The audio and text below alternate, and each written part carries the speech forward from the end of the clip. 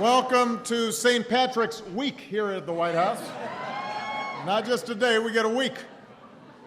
I want to welcome back our good friend, Taoiseach Kenny, and his wonderful wife, Fionnuala.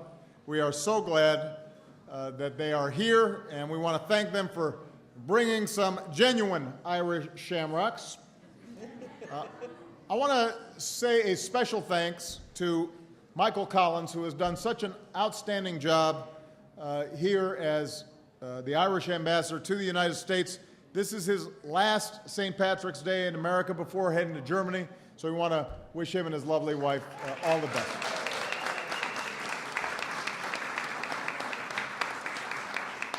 I also want to welcome First Minister Peter Robinson and Deputy First Minister Martin McGuinness of Northern Ireland, who are with us here today. And as I said earlier, I am very much looking forward to visiting Northern Ireland for the G8 summit in June. Now, we have way too many Irish and Irish American and wannabe Irish Americans in the House for me to name. But I will say that the next 4 years are shaping up to be very green ones here in the White House. My new Chief of Staff is a McDonough. My National Security Advisor is a Donnellan. Our new CIA Director is a Brennan. My new head speechwriter is a Keenan. And Joe Biden has very kindly agreed to stay on as Irishman-in-Chief. Joe couldn't be here tonight because he's on his way back from the installation of Pope Francis in Rome. For those of you who know Joe, literally the only thing that could keep him away from St. Patrick's Day at the White House is the installation of a new pope. So he sends his best. You know, ever since the first son or daughter of the Emerald Isle set foot here on American soil, this day has served as a reminder of just how many threads of green are woven into the red, white, and blue. And in times of war and peace, good times and bad, Americans have always found a way to celebrate that heritage. During the Civil War, a quartermaster for the Irish Brigade was sent to Washington to secure a St. Patrick's Day dinner consisting of a side of roasted ox, a pig stuffed with boiled turkeys, and 35 hams. And even during the Great Depression, when food was scarce and families were struggling, a judge in New York informed the district attorney that he would not try any cases on St. Patrick's Day in which the defendant or the lawyers were Irish. Now, just to be clear, I looked into continuing some of these traditions. No, I could not get the White House chefs to go along or the Attorney General to go along with these traditions. So tonight, we're going in a slightly different direction, but we do so mindful of the fact that even in times of trouble, if we're lucky enough to be Irish, even if it's only in spirit, then we're lucky enough, and that's reason to give thanks. Looking out on this room, it's clear just how much America owes to our brothers and sisters from across the Atlantic, and how many of us, myself included, wouldn't be here if it were not for the brave souls who set off for the New World with no earthly idea of what awaited them on the other side. And it's a reminder of just how many trials the people of Ireland have endured, from hunger and troubles to the economic challenges of recent years.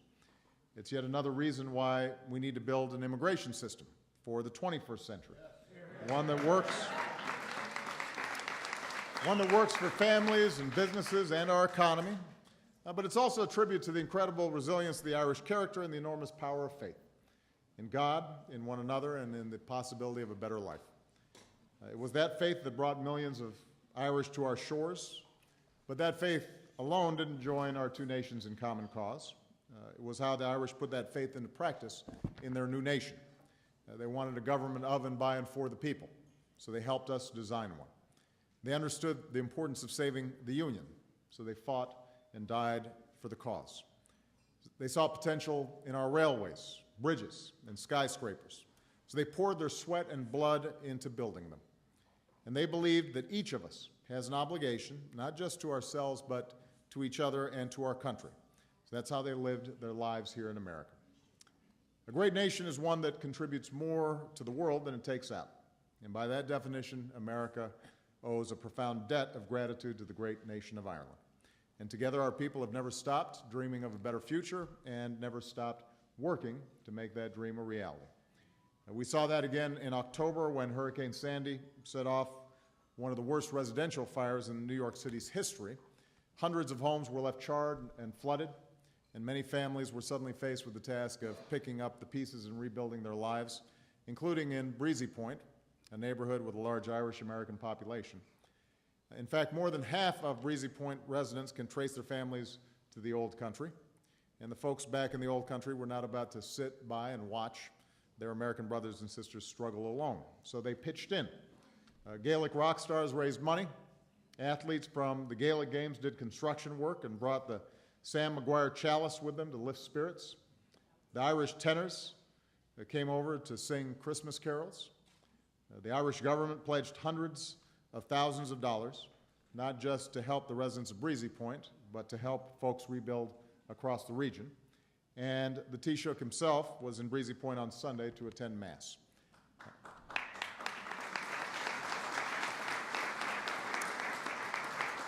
As one official said, New York has been very good to the Irish. Now the Irish are giving back to New York. And that's the story of America and Ireland.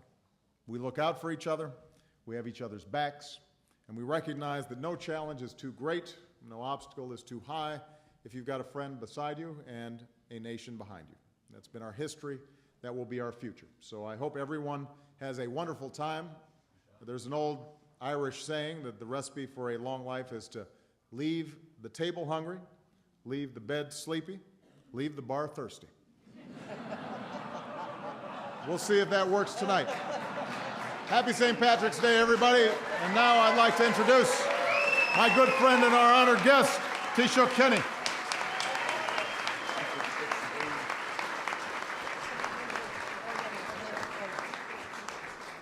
Chief, Mr. President, First Lady, happy St. Patrick's Week to you, your families, and the American people. I'm delighted to be here. And I want to join with the President in wishing Ambassador Michael Collins and his wife, Marie, the very best. Thank you for your service to this country and to Ireland.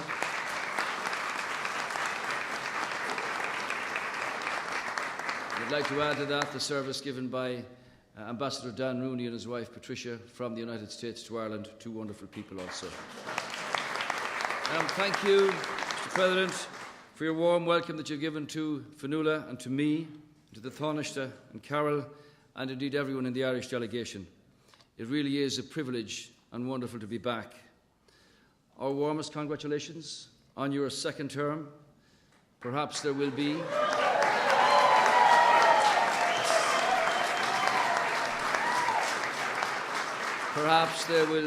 a second visit home in due course. For generations now, there's been a very special relationship between the President of the United States and the Irish people. In fact, if the truth could be confirmed, and it's difficult to do so, there are reports that President Lincoln himself is living in County Wicklow. And he's married to Arthur Miller's daughter.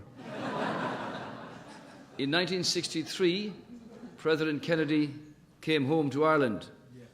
He told our Parliament, our Dáil, about the Irish Brigade, the Fighting 69th. Thanks to him, that brigade's green flag speaks almost as eloquently as he did in Leinster House today. From Bull Run to Fredericksburg to Gettysburg, the Fighting 69th distinguished themselves on the battleground, showing outstanding courage and resilience and intelligence. And for you, Mr. President, their battle cry in Irish was Fog on Ballach. Clear the way. Can you say that? Fog on Ballach. Fog on Ballach. Hello. Generations on, it rings out loud and clear on the other side of the Atlantic, because after difficult years, we, the Irish people, are at last clearing the way. Táimid féin ag fág an Ballach, to a brighter, better, more prosperous future, but this time for all our people.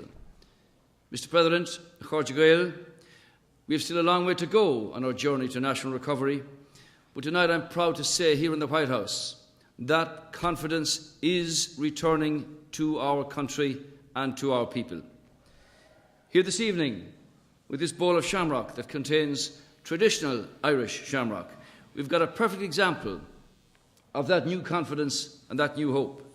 Because unlike the bowl that James Joyce spoke of at the Atlantic, the bowl of bitter tears, our President Kennedy, this bowl here was made by Sean Egan, unemployed 4 years ago.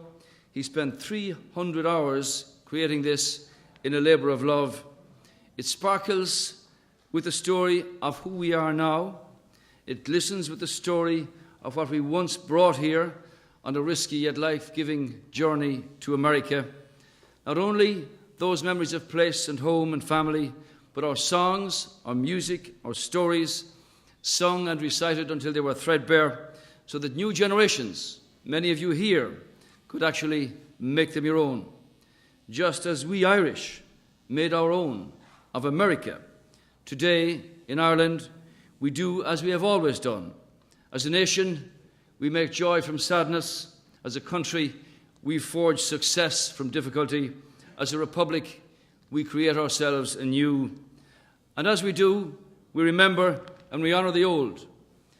They say that if you laid out a timber memorial for every Irish man, woman and child buried at sea on the famine crossing, that you could walk from Cork to Boston. They say, as we say in Irish, that they're idiratra, in between past and future, between two nations, two republics, who stand proud and determined and strong either side of the Atlantic Ocean. Exhilarated indeed by the possibilities of science, intrigued by the potential of discovery, and curious about the secrets and the powers of invention. United in our passionate belief in the capacity of experiment and thought and imagination, and indeed intuition itself to transform our world. And when the crew of the International Space Station, who are on Twitter, Oscailga, Mr. Uachtarán, these days, when they look down on this world, on our planet, and see it go a little greener, chances are they don't just think American, they don't just think British or Indonesian or any place else. They might well think that down there, that's our human family, the family of man, and they are at home. And because we are, Mr. President, for all we build, for all we make, in finance, in politics, in business or economics, we know, because of these connections, that our real wealth are the reserves of love and kindness and insight and understanding and courage and compassion that was so carefully attained and accrued over those many long years. And as we celebrate St. Patrick and St. Patrick's Week, let us build on those reserves to build better nations, better people, and a better world. There, here, Mr. President, the sun is new every day, and may it shine brightly on our peoples and on all that we undertake together in the cause of each other. So in your responsibilities all around the world, the many onerous responsibilities you carry, we wish you good fortune and good health and success. And in the words of the Fighting 69th, our union, our country, and Ireland forever. Fog and Ballach. Is Féidir Linn.